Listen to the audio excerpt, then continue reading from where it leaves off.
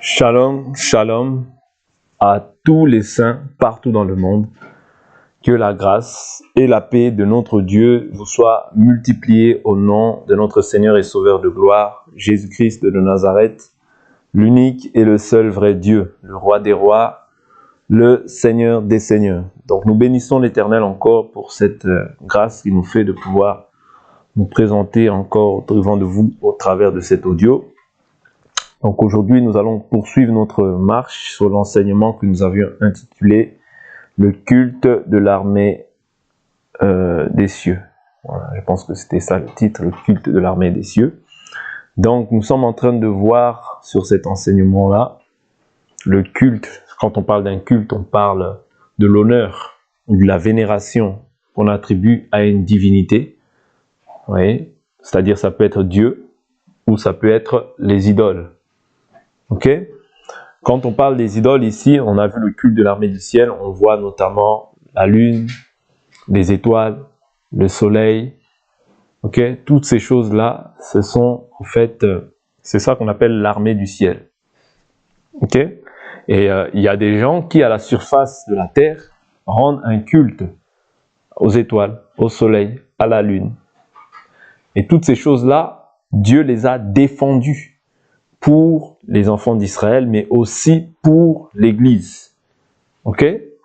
Parce que nous, n'oublions pas que nous avons été édifiés, bâtis sur le fondement des apôtres et des prophètes. Oui? Jésus-Christ lui-même étant la pierre angulaire. C'est-à-dire que nous avons déjà une fondation. Ok? Que tout enfant de Dieu qui veut le servir, qui doit le servir en esprit et en vérité, doit s'efforcer de respecter. C'est-à-dire que ce modèle-là ne peut pas être, on ne peut pas déplacer la borne que les pères ont posée. Ici, je prends les pères comme les prophètes, je prends les pères comme les apôtres aussi, vous voyez, qui sont des pères. Ok? Qui sont des pères et personne, quel qu'il soit, ne peut déplacer une borne qui a été placée. Voilà pourquoi la Bible nous dit que la parole de Dieu subsiste scellée. Oui, cette parole, elle est scellée. C'est-à-dire qu'un acte scellé, c'est un acte sur lequel on ne revient plus. C'est ça un acte scellé. C'est un acte sur lequel on ne revient plus. Voilà pourquoi, toi aujourd'hui, même s'il t'est arrivé qu'une personne, un ami que tu aimes comme toi-même, ton frère, ta mère, ton père, ou qui que ce soit, viennent te dire, allons rendre un culte à l'armée du ciel, toi tu ne peux pas adhérer à cette chose-là. Okay? C'est très important. C'est une écriture que nous avions vue déjà dans le livre de Deutéronome 13, je ne sais pas si vous vous souvenez, on avait beaucoup vu ça, parce que ce à quoi tu rends un culte, c'est soit tu rends à Dieu, soit tu rends au diable. Il n'y a pas de juste milieu. Et nous sommes en communion avec Dieu par son Fils, Jésus-Christ. Notre communion est avec le Père et son Fils. Donc, et notre communion s'effectue en esprit et en vérité. Ça veut dire en esprit, c'est-à-dire c'est un culte immatériel, non imagé, voyez, et non pas dans une contrée quelconque forcément. Il faudrait aller pour rendre un culte à Dieu parce que plusieurs adorent Dieu dans les montagnes. Ce n'est pas un péché d'aller dans une montagne. Mais si tu crois que pour adorer Dieu, il faut aller dans une montagne, là, tu crées une idole dans ta tête. Okay? Mais si tu vas dans une montagne, ce n'est pas un péché. Okay? Mais le problème, ne crois pas que Dieu est dans cette montagne. D'accord? Parce que Dieu, on peut l'adorer partout. La Bible dit, je veux que les hommes prient en tout lieu en élevant des mains pures, sans colère ni contestation. Ok, je prends une écriture qui va nous aider, qui va nous permettre d'entrer dans le thème que nous sommes en train de traiter. Deutéronome chapitre 13, verset 2. S'il se lève au milieu de toi un prophète ou un visionnaire qui t'annonce un signe ou un prodige et qu'il y ait accomplissement du signe ou du prodige dont il t'a parlé en disant « Rallions-nous à d'autres dieux, des dieux que vous ne connaissez pas et rendons-leur un culte », tu n'écouteras pas les paroles de ce prophète ou de ce visionnaire. Car c'est l'Éternel votre Dieu qui vous met à l'épreuve pour savoir si vous aimez l'Éternel votre Dieu de tout votre cœur et de toute votre âme. Vous vous rallierez à l'Éternel votre Dieu et vous le craindrez. Vous observerez ses commandements, vous obéirez à sa voix. C'est à lui que vous rendrez un culte et vous vous attacherez à lui. Ce prophète ou ce visionnaire sera puni de mort car il a parlé de rébellion contre l'Éternel votre Dieu qui vous a fait sortir du pays d'Égypte et vous a libéré de la maison de servitude. Et il a voulu te pousser hors de la voie dans laquelle l'Éternel ton Dieu t'a ordonné de marcher. Tu extirperas ainsi le mal au milieu de toi. Si ton frère, fils de ta mère, ou ton fils, ou ta fille, ou la femme qui repose sur ton sein, ou ton ami que tu aimes comme toi-même, t'incite secrètement. Ouais, t'incite comment? Secrètement. Ok? En disant, allons rendre un culte à d'autres dieux, des dieux que ni toi, ni tes pères n'avaient connus, d'entre les dieux des peuples qui vous entourent, de près ou de loin, d'un bout à l'autre de la terre, tu n'y consentiras pas et tu ne l'écouteras pas, ton œil sera sans pitié, tu n'useras pas de ménagement et tu ne le couvriras pas. Ok? Donc ici, c'est ce que nous avions vu par rapport à Deutéronome chapitre 7 plutôt, où il est écrit que l'adoration qui est liée à l'armée du ciel, Dieu a permis, bien Dieu a donné ça en fait aux nations. Vous voyez quand on regarde Deutéronome chapitre 4, ouais, verset 18, l'écriture dit quoi? Même un peu plus haut, on peut prendre verset 15, Deutéronome 4, verset 15. Puisque vous n'avez vu aucune figure le jour où l'Éternel vous parla du milieu du feu, à Horeb, prenez bien garde à vos âmes, de peur que vous ne vous corrompiez, et que vous ne vous fassiez une statue, une représentation de quelque effigie sur le modèle d'un homme ou d'une femme, sur le modèle de quelque bête qui soit sur la terre, sur le modèle de quelques oiseaux qui volent dans le ciel, sur le modèle de quelque animal qui rampe sur le sol, sur le modèle de quelques poissons qui soient dans les eaux, au-dessous de la terre, et aussi de peur que levant tes yeux vers le ciel, et voyant le soleil, la lune et les étoiles, toute l'armée des cieux, tu ne sois entraîné à te prosterner devant eux et à leur rendre un culte. C'est là ce que l'Éternel ton Dieu a donné en partage à tous les peuples sous le ciel tout entier. Mais vous, l'Éternel vous a pris et vous a fait sortir de la fournaise de fer et de l'Égypte afin que vous soyez un peuple qui soit son héritage comme vous l'êtes aujourd'hui. Vous voyez? Donc, toutes ces choses-là, Dieu l'a donné en partage à qui? Aux nations. C'est-à-dire l'adoration des étoiles, de la lune, du soleil, Dieu l'a donné en partage aux nations, mais pas à nous. Vous voyez? Parce que ici, c'était une recommandation qui était faite à Israël, mais n'oubliez pas, la Bible nous dit que le véritable juif, ce n'est pas celui qui l'est selon la chair, mais le véritable juif, c'est celui qui l'est selon l'esprit. Ok? Et cette circoncision ne vient pas des hommes, mais elle vient de Dieu. Or, la véritable circoncision aujourd'hui, c'est la circoncision de l'esprit. Quand tu reçois le Saint-Esprit en toi, qui vient régénérer ton esprit, c'est-à-dire que tu es maintenant appelé enfant de Dieu, peuple de Dieu. Ok? L'Esprit de Dieu habite en toi. Donc maintenant, Dieu a les regards sur toi. Ta vie ne t'appartient plus, mais elle appartient à Dieu. Voilà pourquoi tu dois lui rendre un culte qui lui soit agréable. Sans quoi tu finiras par...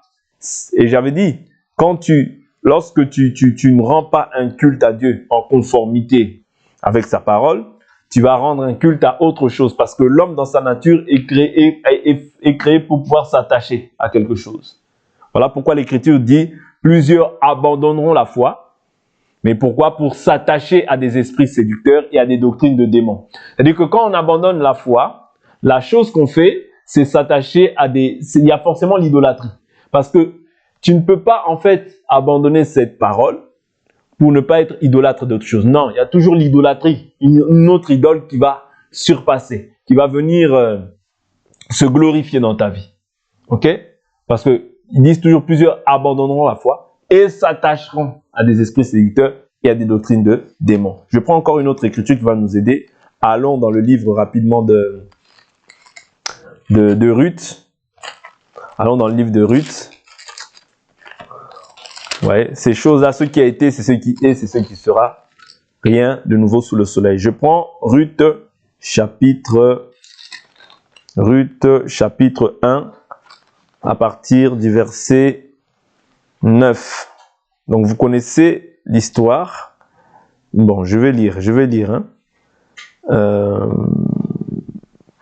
Il y avait Noémie. Ah bon, je vais lire. Je prends Ruth chapitre 1 verset 2. Le nom de cet homme était Elimelech, le nom de sa femme Noémie et le nom de ses 2 fils Malon et Kilion. Ils étaient Éphrasiens de Bethléem, de Juda. Ils arrivèrent dans la campagne de Moab et ils y vécurent. Puis Elimelech, mari de Noémie, mourut et elle resta avec ses 2 fils. Ils épousèrent des femmes moabites. Le nom de la première était Orpa et le nom de la seconde Ruth. Ils habitèrent là environ 10 ans. Malon et Kilion moururent aussi, tous les 2, et la femme resta privée de ses 2 enfants et de son mari. Donc là, on parle de Noémie. Alors elle se leva, elle et ses belles-filles, et s'en revint de la campagne de Moab, car elle avait appris dans la campagne de Moab que l'Éternel était intervenu en faveur de son peuple en lui donnant du pain. Elle sortit du lieu où elle vivait, ses 2 belles-filles avec elle, et elles se mirent en route pour retourner au pays de Juda. Noémie dit alors à ses 2 belles-filles, « Allez retourner chacune à la maison de sa mère, que l'Éternel use de bienveillance avec vous, comme vous l'avez fait envers ceux qui sont morts et envers moi. Que l'Éternel vous donne à chacune de trouver du repos dans la maison d'un mari. » Elle les embrassa, elles se mirent à sangloter. Et elles lui dirent, « Non, nous irons avec toi vers ton peuple. » Noémie dit, « Retournez mes filles, pourquoi viendrez-vous avec moi? Ai-je encore dans mon sein des fils qui puissent devenir vos maris? Retournez mes filles, allez, car je suis trop vieille pour appartenir à un homme. Et quand je dirai il y a de l'espoir pour moi, quand cette nuit j'appartiendrai à un homme et que je mette des fils au monde, attendriez-vous pour cela qu'ils aient grandi? Refuseriez-vous pour cela d'appartenir à un homme? Non, mes filles, car mon sort est plus amer que le vôtre. Et la main de l'Éternel s'est abattue sur moi. Elles sanglotèrent encore. Orpa embrassa sa belle-mère, mais Ruth s'attacha à elle. Noémie dit alors, « Voici que ta belle-sœur est retournée à son peuple et à ses dieux. » Soulignez bien ça. Il dit, « Voici que ta belle-sœur est retournée à son peuple et à ses dieux. » Ouais, c'est-à-dire que quand on retourne à son peuple, on retourne forcément à l'adoration aussi qu'on rendait à ces dieux-là. Vous comprenez? Mais qu'est-ce qu'elle a fait, Ruth? Ruth s'est attachée à Noémie. Donc du coup, elle va aussi servir aussi les dieux de Noémie. Ah oui, vous voyez? Parce que quand tu retournes à ton peuple, tu retournes aussi à tes dieux. Or ici, des minuscules, je vous ai toujours dit qu'on parle des divinités païennes. Ok? Prenons encore d'autres écritures qui vont nous aider.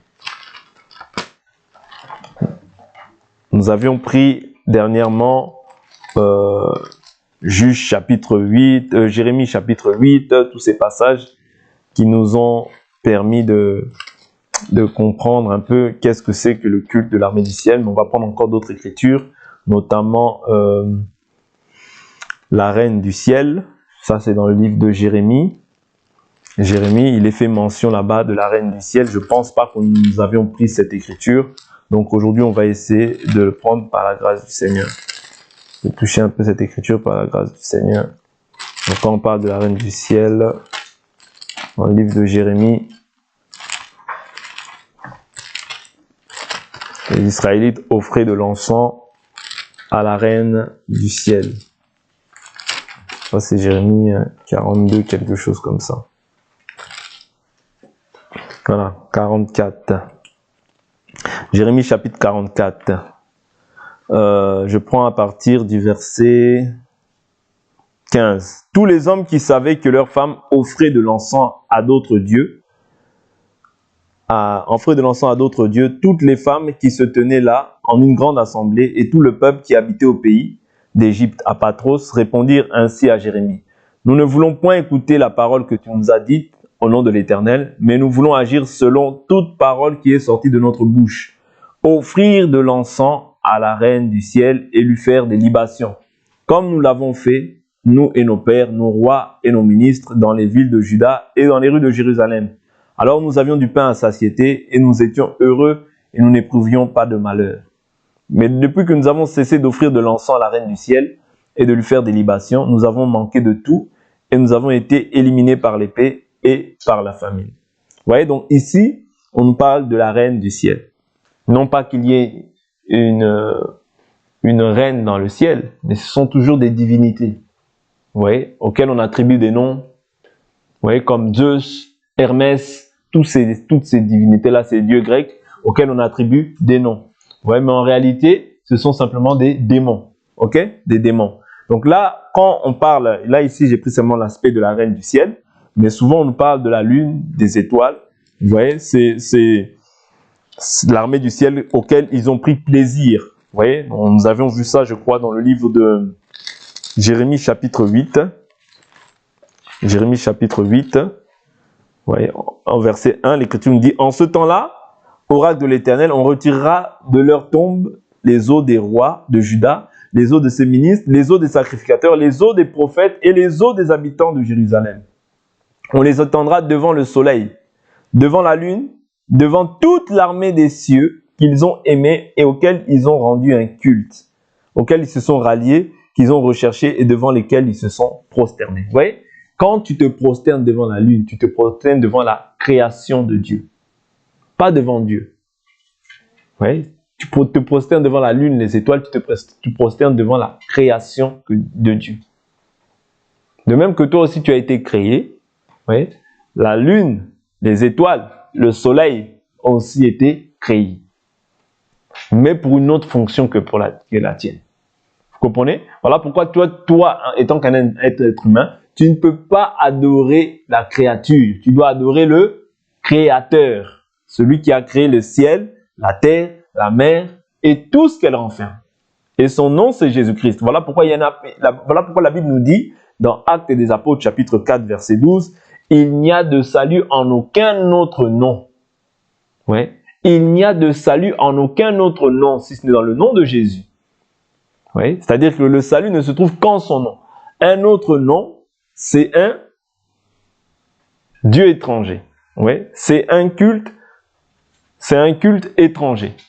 Ok, c'est ça que Paul disait. Il dit, j'ai vu même l'objet de votre culte à un Dieu inconnu. C'est-à-dire que tous ces autres dieux, ce sont des dieux inconnus, qui ne sont pas répertoriés comme étant créateurs, mais comme étant créatures. Ça va? Prenons encore, on va prendre juste quelques écritures. 2 Rois chapitre 23, je ne sais pas si on l'avait prise aussi. 2 Rois 23. Toutes ces choses que nous partageons, c'est simplement un rappel de ce que vous savez déjà. C'est simplement un rappel pour tenir vos consciences éveillées face à ces choses-là, parce que de plus en plus, le diable va simplement agir de la même manière, mais la Bible nous dit, on nous parle des manœuvres séductrices, vous voyez, du diable. Donc le diable a plusieurs manœuvres qu'il va utiliser, mais néanmoins, c'est simplement pour nous séduire et pour nous détourner de la volonté du Seigneur. Je prends 2 Rois 23, verset 5. L'Écriture dit, « Il supprima les prêtres institués par les rois de Juda, alors qu'on brûlait des parfums sur les hauts lieux, dans les villes de Juda et aux environs de Jérusalem. Et ceux qui brûlaient des parfums à Baal, au soleil, à la lune, aux zodiaques et à toute l'armée des cieux. » Vous voyez, même les zodiaques étaient aussi vénérés. Ok? Voilà pourquoi toutes ces choses-là, nous, étant des enfants de Dieu, nous ne pouvons pas nous livrer au culte de l'armée du ciel. Vous voyez? Parce que le ciel, ce n'est pas Dieu. Nous, il n'y a qu'un seul nom qui nous a été donné. Un seul nom, pas un autre. Okay. Là, on voit par la suite, quand on prend le verset 10, même le verset 11, l'Écriture nous dit quoi? Il supprima de l'entrée. Non, je prends le verset 10. Le roi rendit impur le Tophet dans la vallée du fils de Hinnom, afin que personne ne fasse plus passer son fils et sa fille par le feu en l'honneur de Moloch. Vous voyez, c'est-à-dire que ça, c'était des sacrifices qui étaient faits en l'honneur des dieux païens. Moloch. Vous voyez? Moloch, lui, c'était quoi? C'est-à-dire que les gens offraient leurs enfants en sacrifice, leurs enfants brûlés comme ça, pour que eux ils puissent avoir de la réussite. Okay? Ça, je vous l'avais dit dernièrement. Il supprima de l'entrée de la maison de l'Éternel les chevaux que les rois de Juda avaient consacrés au soleil. Ouais, les chevaux que les rois de Juda avaient consacrés à qui? Au soleil. Voilà pourquoi ces mêmes choses, vous pouvez les voir aujourd'hui. Vous allez voir peut-être un cheval avec un soleil. Toi, tu vas dire, ah, il y a un soleil. Non, en fait, ils sont consacrés au Dieu soleil. Ok? Au Dieu soleil. Le Dieu soleil, vous savez de quelle fête nous parlons? Quand on parle du Dieu soleil, quand on voit la fête de la Noël, par exemple, vous voyez, c'est le jour du Dieu soleil. Ok? Qui était dédié au Dieu soleil. Mais eux, ils ont changé ça comme étant, institué ça comme étant la fête de Noël.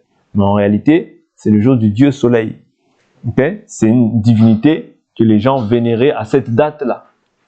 Okay? Et vous pouvez voir aussi encore ces choses-là au jour d'aujourd'hui. Parce que ce qui a été, c'est ce qui est, c'est ce qui sera. Le roi abattit les autels qui étaient sur le toit de la chambre haute d'Akaz et que les rois de Juda avaient fait. Et les autels qu'avait fait Manassé dans les 2 parvis de la maison de l'Éternel, après les avoir brisés et enlevés de là, il en jeta la poussière dans la vallée du Cédron. Le roi rendit impurs les hauts lieux qui étaient en face de Jérusalem, sur la droite de la montagne de destruction, et que Salomon, roi d'Israël, avait bâti à Astarté, l'abomination des Sidoniens, ouais, à Kémosh, l'abomination de Moab, et à Milcom, l'horrible idole des Ammonites. Donc ici, on voit la manière dont chacun rendait un culte à son Dieu. C'est pourquoi il est très important de connaître ces choses-là. Parce que quand vous connaissez ces choses-là, vous ne pouvez pas être emporté. Ouais. Vous devez rester dans ce que vous avez reçu dès le commencement. Dans cette parole. Parce que la Bible dit, vous connaîtrez la vérité vous rendra libre. Le culte de l'armée du ciel, c'est un culte anti-biblique. Anti-biblique. Oui. Et la Bible nous dit, nous ne pouvons pas aussi croire que la divinité peut être semblable à de l'or, de l'argent ou du bois, fait par l'art et l'imagination des hommes. Ça, c'est Actes des Apôtres, chapitre 17. Oui. Donc, on ne peut pas croire que Dieu, c'est de l'or, c'est de l'argent, c'est du bois, de la pierre, toutes ces choses-là. Non. Oui. Même si tu vas dans un lieu dit église, Dieu n'est pas dans cet endroit-là. Non, Dieu habite en nous, par son esprit. Ok? Il ne faut pas idolâtrer un lieu, ni un endroit, ni quoi que ce soit. Il faut savoir si tu as Dieu ou pas. La Bible nous dit, l'esprit lui-même rend témoignage à notre esprit que nous sommes enfants de Dieu. Okay? C'est ça qui est important. Le fait que tu sois maintenant une nouvelle créature. Parce que ce qui a de l'importance, c'est ni la circoncision, ni l'incirconcision, mais c'est le fait d'être une nouvelle créature. Quand tu es une nouvelle créature en Christ Jésus, tu as l'assurance, en fait, que tu verras Dieu. Ouais, parce que le Saint-Esprit, c'est le gage de notre héritage. C'est-à-dire, c'est le Saint-Esprit qui vient attester, ouais, que toi, tu verras Dieu. Okay? C'est le Saint-Esprit qui vient attester ça, que toi, tu verras Dieu, que toi, tu es un choisi mis à part pour Dieu, à condition maintenant que tu persévères jusqu'à la fin dans cette voie. Okay? C'est très important, la persévérance aussi dans ces choses. Prenons encore d'autres écritures, on a bientôt terminé. Je prends 2 Rois chapitre 21. 2 Rois chapitre 21, on va lire un peu. Ça fait pas de mal. Manassé avait 12 ans lorsqu'il devint roi et il régna 55 ans à Jérusalem. Le nom de sa mère était Ephtsiba. Il fit ce qui est mal aux yeux de l'Éternel. Il se livra aux pratiques des nations que l'Éternel avait dépossédées devant les Israélites. C'est pour ça que la Bible nous dit que quand tu entreras dans ton héritage, tu ne feras pas ce qui se fait au milieu de ces nations-là. Ok? Tu ne feras pas ce qui se fait, ce qui se pratique au milieu de ces nations-là. Voilà pourquoi toi tu dois savoir, quand quand tu te lèves, bien que tu es dans le monde, toi, tu n'es pas de ce monde. Pourquoi? Parce que toi, tu es mis à part pour Dieu. Ton habillement, ta manière de parler, ta manière de te comporter, tout ça doit différer en fait des gens de ce monde. Pourquoi? Parce qu'on n'est pas pareil. On n'est pas pareil. Parce que toi, tu as une espérance, alors qu'eux n'ont pas d'espérance. Celui qui n'a pas d'espérance, il vit comme il veut. Il agit comme il veut. Il est libre. Mais toi, autrefois, lorsque tu ne connaissais pas Dieu, tu étais aussi libre. Mais maintenant que tu as connu Dieu, ou du moins que tu as été connu de Dieu, tu ne peux plus marcher comme tu veux. Car ce n'est plus toi qui vis, mais c'est Christ qui vit en toi. Et Christ, que nous annonçons, c'est lui qui est le Dieu vivant et la vie éternelle. Christ que nous annonçons, il a déjà une fondation qui a été posée dans laquelle toi, tu dois t'efforcer simplement à marcher. Tu ne peux pas ajouter, tu ne peux pas faire comme tu veux, ça n'existe pas. Un enfant de Dieu ne fait pas comme il veut.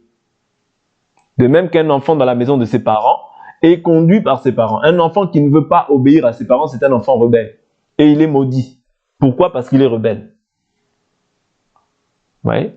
C'est pas moi qui le dis, c'est la Bible. Enfants, obéissez à vos parents afin que vous soyez heureux et que vous viviez longtemps sur la terre. C'est-à-dire le fait d'être heureux et de vivre longtemps sur la terre dépend aussi de la manière dont tu respectes tes parents. Si tu ne vis pas longtemps sur la terre et que tu n'es pas heureux, examine-toi par rapport déjà à cela. Est-ce que j'obéis à mes parents? Est-ce que je marche conformément à la volonté de Dieu? De la même manière aussi, si tu n'obéis pas à Dieu, parce que c'est lui le véritable Père, le Père des esprits, ok? Tu es un rebelle. Tu es un rebelle ou une rebelle. Ok? Et là, le fait d'aller rendre un culte à d'autres dieux, le fait d'agir comme toi tu veux, c'est aussi un culte que tu rends, mais pas selon Dieu. Et quand tu agis comme tu veux, tu payeras aussi selon les conséquences de tes actes. Parce que toi, tu ne vis plus comme tu veux. Je vous ai dit, nous sommes dans le monde, nous ne sommes pas de ce monde. Nous n'agissons pas comme les gens de ce monde. Parce que nous avons une espérance. Et l'espérance que nous confessons, c'est la vie éternelle. Être toute ta vie auprès de Dieu. Mais pour hériter cela, Dieu n'a pas menti. C'est à toi simplement de voir, est-ce que j'observe ce que Dieu dit? Est-ce que je mets en pratique ce que Dieu dit? Si tu mets en pratique, tu auras la paix avec Dieu. Mais si tu ne mets pas en pratique, tu n'auras pas la paix avec Dieu. Ni dans le siècle présent, ni dans le siècle à venir. Voilà pourquoi si tu penses, si tu penses à la vie éternelle, si tu crois que toi, tu veux avoir Dieu, conforme-toi à la volonté de Dieu. Si tu as le désir ou la volonté de pouvoir voir Dieu, conforme-toi dès à présent. La Bible nous dit, si vous entendez sa voix, n'endurcissez pas vos cœurs, comme au jour de la révolte, où plusieurs périrent. Pourquoi ils périrent? Parce que cette parole-là ne leur servit de rien. Ils ont entendu cette parole, mais cette parole n'a rien produit dans la vie dans leur vie. Ce qui a été, c'est pour nous instruire à nous qui sommes dans le temps présent, de ne pas avoir de mauvais sentiments comme eux l'ont eu aussi étant dans le désert. Ah oui, parce que si toi aussi tu as les mêmes sentiments, alors que toi tu as un exemple, eux n'avaient pas d'exemple. Ok? Mais toi, tu as un exemple. Tu as Israël qui ont marché dans le désert. Tu as vu leur finalité pour ceux qui ont persévéré dans la foi et la finalité de ceux qui n'ont pas persévéré dans la foi. Qu'est-ce qui s'est passé? Ils sont morts par le destructeur dans le désert. Pourquoi? Parce qu'ils n'ont pas mis leur foi dans cette parole. C'est pourquoi toi aussi, si tu ne mets pas foi à cette parole que nous annonçons, cette même parole, c'est cette parole qui va te juger au dernier jour. Si tu te conformes aux pratiques de ce monde, tu as déjà en fait élevé une idole sans le savoir. Tu vas te dire, non, moi je prie, Mais quand tu élèves quelque chose au-dessus de Dieu, c'est déjà une idole que tu as élevée. Et comprenez-moi bien, lorsque tu élèves une idole au-dessus de Dieu, lorsque Dieu passe en second plan dans ta vie, c'est déjà une idole qui s'est élevée dans ton cœur. Tu as déjà laissé la place à quelque chose d'autre qu'à Dieu. Dieu ne partage pas sa gloire avec les hommes, ni son honneur avec les statues. Quand il y a des statues, si tu veux que Dieu soit avec toi, il faut au préalable que toutes les statues soient détruites. C'est la même chose quand on a vu le roi Josias faire ce qu'il a fait. Il a d'abord tout détruit. Ouais, il a d'abord sanctifié, purifié, pour que la gloire de Dieu et que Dieu marche avec lui. Si tu veux marcher avec Dieu, il faut que tu apprennes à t'examiner et à voir les idoles qui sont dans ta vie et t'en débarrasser, te dépouiller de toute œuvre morte pour que la gloire de Dieu, pour que Dieu fasse rayonner sa gloire sur ta face. Sans quoi, tant qu'il y a des idoles, tant qu'il y a opposition, parce que quand il y a opposition, ouais, tu t'opposes non pas à une personne, mais tu t'opposes à cette parole. Et quand tu t'opposes à cette parole, tu attireras aussi un jugement sur ta vie. Dieu ne veut pas que justement que tu puisses hériter du jugement. Voilà pourquoi il nous prévient chaque jour pour que nous puissions réformer nos voies, pour que nous puissions revoir nos voies et revenir à lui d'un cœur sincère et marcher selon ce que lui veut et non pas selon ce que nous voulons. Parce que tout homme a une volonté. Tout homme a une volonté. Voilà pourquoi Jésus dit quoi? Non pas ma volonté, mais que ta volonté s'effectue. Je lis le chapitre 21 et je vais m'arrêter là. J'étais au verset 2. Il fit ce qui est mal aux yeux de l'Éternel, il se livra aux horribles pratiques des nations que l'Éternel avait dépossédées devant les Israélites. Nous ne sommes pas comme les gens de ces nations. Ouais. Nous sommes membres de la famille de Dieu. Nous sommes une nation sainte, un peuple mis à part. Tu es dans le monde, tu n'es pas du monde. Il rebâtit les hauts lieux, verset 3, que son père Ézéchias avait fait disparaître. Il éleva des autels à Baal. Il fit un poteau d'Achéra, comme l'avait fait Akab, roi d'Israël. Et il se prosterna devant toute l'armée des cieux et lui rendit un culte. L'armée des cieux dont je vous ai parlé, la lune, les étoiles, le soleil, tout ça c'est l'armée des cieux.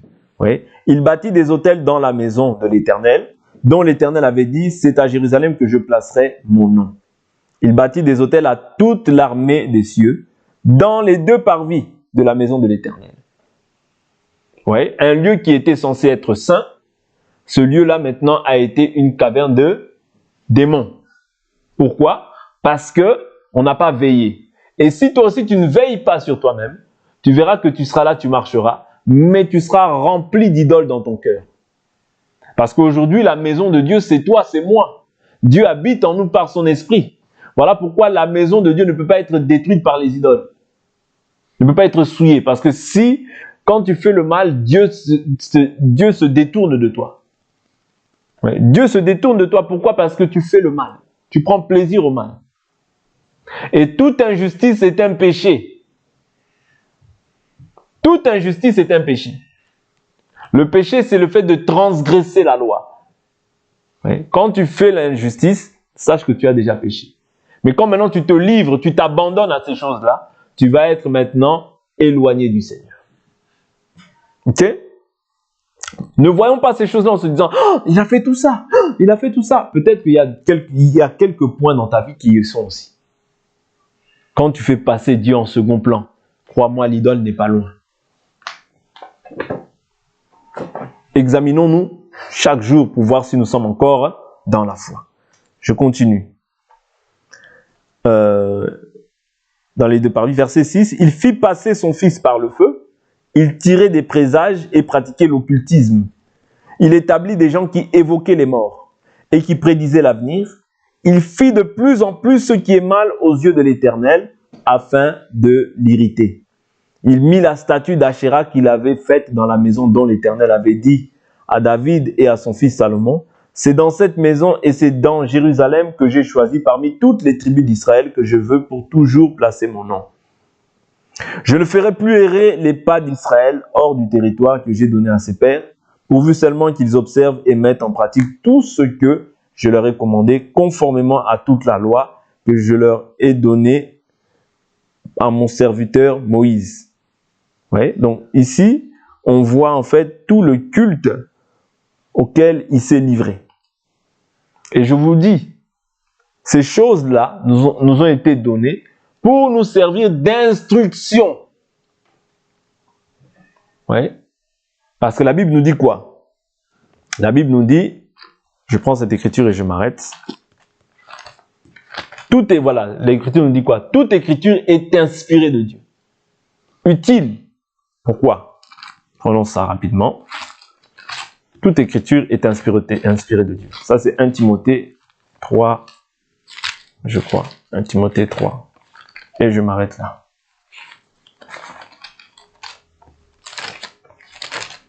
Toute écriture est inspirée de Dieu. Et maintenant, il y a une utilité dans ces choses-là. Nous allons voir ça. Et pour aujourd'hui,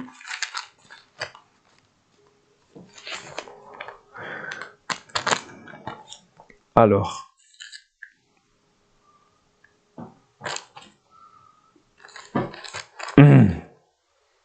voilà, 2 Timothée chapitre 3, verset 16. Toute écriture est inspirée de Dieu et utile pour enseigner. Enseigner, c'est transmettre un savoir. Ok? Pour convaincre. Pour redresser. Donc, je peux te convaincre aussi par cette parole. Je peux aussi te redresser par cette parole. Si je vois que tu es en train d'emprunter des voies droites, je te redresse par cette parole. Pour éduquer dans la justice. Oui. C'est-à-dire la parole, elle a plusieurs fonctions. Elle n'a pas qu'une seule fonction, non, elle a plusieurs fonctions. Là, on parle de quoi? De enseigner, de convaincre, de redresser, d'éduquer dans la justice. La justice, c'est Dieu lui-même. Oui. La justice, c'est Dieu lui-même. Voilà pourquoi tout ce que Dieu fait dans la vie de ses enfants, c'est bon, c'est pour son bien. Même quand Dieu te redresse, quand Dieu te reprend, quand Dieu essaie de te convaincre, c'est pour ton bien. Parce que Dieu sait ce qui est bon pour toi. Toi-même, des fois, tu ne sais pas, tu t'ignores. Mais Dieu sait ce qui est bon pour toi, pour ton salut. Et que tout ce que Dieu fait est bon. Tout ce que Dieu fait est bon. Dieu ne fait rien pour rien. Voilà pourquoi écoute cette parole. Mets-la en pratique, c'est ton salut. Ce temple-là que nous avons vu, c'est vrai, il a offert des idoles à l'armée des cieux. Il a livré ses fils par le feu. Il s'est livré à l'occultisme. Il s'est livré à toutes ces choses-là. Oui. Mais la Bible nous dit quoi? La désobéissance vaut bien le péché de divination. C'est-à-dire que quand toi tu désobéis, lorsque toi tu vis selon ta volonté, tu n'es pas loin en fait de ces choses-là. Voilà pourquoi garde-toi pur. Garde le temple de Dieu que tu es dans la pureté. Ne permets pas à l'ennemi de pouvoir progresser, prendre de la place dans ta vie. Non, refuse cela au nom de Jésus. Et le Seigneur ne manquera pas de te faire du bien. Que l'Éternel Dieu vous bénisse. Pour aujourd'hui, on va s'arrêter là et nous allons prier.